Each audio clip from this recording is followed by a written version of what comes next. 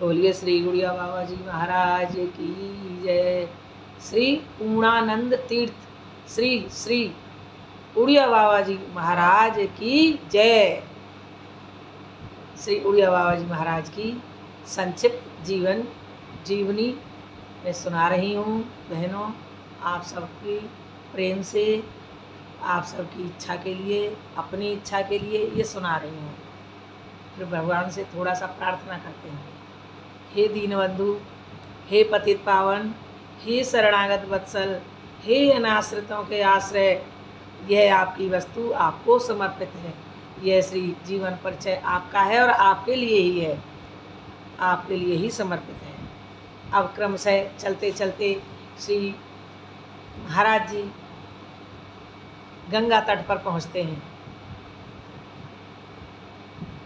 कल सुनाया था कि श्री महाराज जी भावुक भक्तों के लिए तो आप दोनों हरि और हर के समान ही हैं। दोनों यानी श्री हरि बाबा जी महाराज बांध वाले और श्री उड़िया बाबा जी महाराज दोनों मित्र हैं और दोनों मित्र ही हैं। हरि और हर दोनों एक ही हैं। आगे भृगु क्षेत्र में कुछ दिनों संत समागम करके हमारे स्वामी जी उत्तर की ओर बढ़े। भगवानपुर में आपको स्वामी हरिदास जी और भिक्षु गौरी शंकर जी मिले। दोनों बड़े विरक्त और विद्वान महात्मा थे। आपस में वेदांत श्रवण के अधिकार पर विचार हो रहा था। तो हमारे स्वामी जी जिस समय पहुँचे सायंकाल के 5 बजे थे। तो इस परमार्थ चर्चा में सारी रात निकल गई। श्री महाराज जी को इसमें ऐसा आनंद आया कि इतनी देर आप एक ही आसन से विराजे रहे। भिक्षु जी ने आपके आसन की बहुत भूरि भूरि प्रशंसा की, किंतु स्वामी हरिदास जी ने उदासीनता प्रकट करते हुए कहा कि इसमें कौन सी सिद्धि है। कोई 4 घंटे अधिक बैठ गया तो इससे क्या हुआ, यानी 4 घंटे अधिक बैठ गया तो क्या होता है। इस बात की प्रशंसा नहीं करनी चाहिए, इससे व्यर्थ में अभिमान बढ़ता है। इसी समय आपने उनसे पूछा कि न किंचिंतये योगी सदा शून्य परो भवेत। इस वाक्य के शून्य परः पद से जान पड़ता है कि शून्य का ही चिंतन करना चाहिए। सो इस विषय में आपका क्या मत है, श्री महाराज जी ने पूछा। इस पर श्री हरिदास जी ने कहा, शून्य परः का अर्थ है शून्यात परः, शून्य से अतीत अर्थात शून्य से परे, जो उसका साक्षी है उसका चिंतन करे। आपको उनकी यह व्याख्या बहुत पसंद आई। उन्होंने आपको वैराग्य और भिक्षावृत्ति पर जोर रखने को कहा तथा गृहस्थ और वैराग्यहीन साधुओं के संसर्ग से बचते रहने का उपदेश दिया। इसी प्रकार अनेकों महात्माओं से मिलते और उनका सत्संग करते हुए आप ऋषिकेश तक गए। वहाँ स्वामी श्री मंगलनाथ जी और नेपाली बाबा अनंतानंद जी आदि प्रमुख महात्माओं से मिले। इससे आगे जाने का आपका विचार नहीं था, अतः लक्ष्मण झूला तक जाकर आप फिर दक्षिण की ओर लौट पड़े। तब से अधिकतर आप कानपुर और लक्ष्मण झूला के मध्यवर्ती गंगा तट पर ही विचरते रहे। इन दिनों में आपका गंगा तट न छोड़ने का नियम सा ही था। इस नियम को तोड़कर आप सबसे पहले मनोहरपुर ही गए। आपकी अंतर्मुखी वृत्ति दिनों दिन बढ़ती जा रही थी। सन 1947 का चतुर्मास्य आपने कर्णवास में किया, जहाँ जोरावर नाम के एक ब्रह्मचारी रहते थे। उन्होंने झाड़ी में ही गुफा बना रखी थी। उनसे आपका मेल जोल हो गया। आप सवेरे 8 बजे तक तो कुटी में रहते थे। उसके पश्चात दिन भर एक खार में सिद्धासन लगाए बैठे रहते थे। इस समय आपका अभ्यास बहुत बड़ा चढ़ा था। बोध और वैराग्य की मस्ती हर समय चढ़ी रहती थी। मिलना जुलना तो किसी से था ही नहीं। दिन के समय रहने का भी कोई एक ठिकाना नहीं था। रात्रि में भी केवल 1-2 घंटे ही सोते थे। सो भी अधिकतर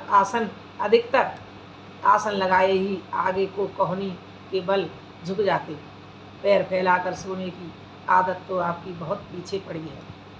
कोई भी साधक जब तेजी से साधन में लगता है तो अनेक प्रकार के विघ्न और प्रलोभन उसे तपोभ्रष्ट करने की चेष्टा करते हैं। इसी प्रकार आपके सामने भी ऐसे अनेकों प्रलोभन आते रहे, किंतु आप सर्वदा अपनी तपोनिष्ठा से स्थित रहे। एक दिन आपने स्वप्न में देखा कि आप श्री गंगा जी की रेती में बैठे हैं।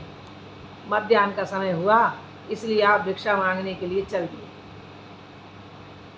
कुछ देर दूर जाने पर आपको एक दिव्य नगर दिखाई दिया। उसके द्वार पर जरी की पोशाकें पहने चौकीदार पहरा लगा रहे थे।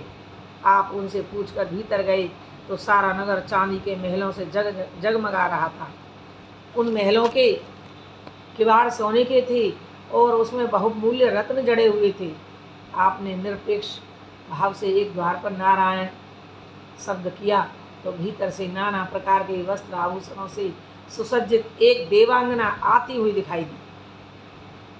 उसने बड़े विनीत भाव से भीतर पधारकर भोजन करने की प्रार्थना की, किंतु आपने उसकी ओर दृष्टिपात न करते हुए कहा, देवी थोड़ी भिक्षा दे दो।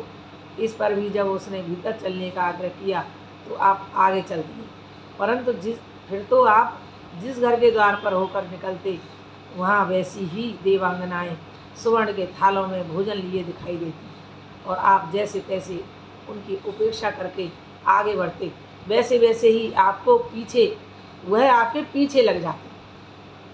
अब जहाँ भी आपकी दृष्टि पड़ती वहाँ सुवर्ण के थाल लिए दिव्य ललनाएं ही दिखाई देती।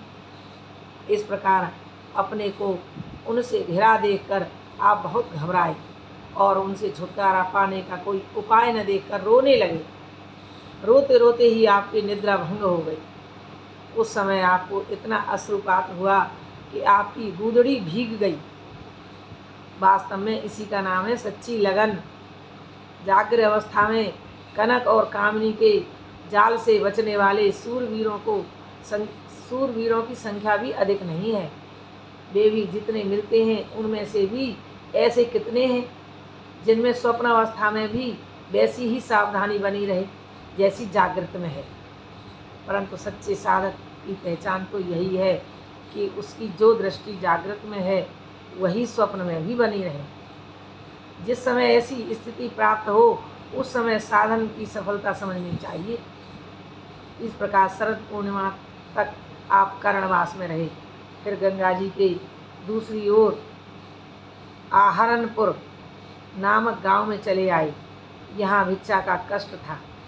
गांव में मक्का बाजरे की मोटी मोटी रोटियां मिली थी। पास कोई दूसरा गांव भी नहीं था, किंतु अपने अपने संयम की ओर आपने अपने संयम को और भी कस दिया। यहाँ रहकर आप अष्टौ ग्रासा मनुर्भक्षयाः, सन्यासी को केवल 8 ग्रास खाने चाहिए। इस नियम के अनुसार रात दिन में केवल 8 ग्रास खाने लगे। आप रोटियों को मलकर पानी में भिगो देते और उनके कुक्कुटांड के समान 8 गोले बना लेते। उस गांव में 2 महीने तक आप इसी नियम से रहे। वहाँ से गंगा तट के कई गांवों में विचरते चतुर्मास्य के लिए रामघाट गए। इस समय आसपास के गांवों से कुछ सत्संगी भी आपके दर्शनों के लिए आने लगे थे। आपकी उपरति बहुत बढ़ गई थी। भक्त बिहारी लाल का कथन है कि उस समय कभी कभी मैं भिक्षा ले आया करता था, किंतु आपकी ऐसी विस्मृति की सी अवस्था रहती कि आप मेरे कहने पर भी स्वयं भोजन नहीं कर पाते थे, तो मैं ग्रास तोड़कर हाथ में दे देता तो वह हाथ से ही लगा रहता। फिर मैं कहता, बाबा भोजन कर लो, तो ग्रास मुँह में दे लेते, किंतु कभी कभी तो बहुत देर तक वह मुँह में ही रखा रहता, उसे चबाने का ध्यान भी ना आता। इस प्रकार बड़ी देर में भिक्षा हो पाती थी। बोलो श्री गुरुदेव भगवान की जय। क्रम से आज का पाठ यहीं तक। कल प्रभु इच्छा होगी तो फिर अगला पाठ शुरू होगा। राधे राधे। हरे कृष्ण। हरे कृष्ण कृष्ण कृष्ण हरे हरे, हरे राम राम राम हरे हरे।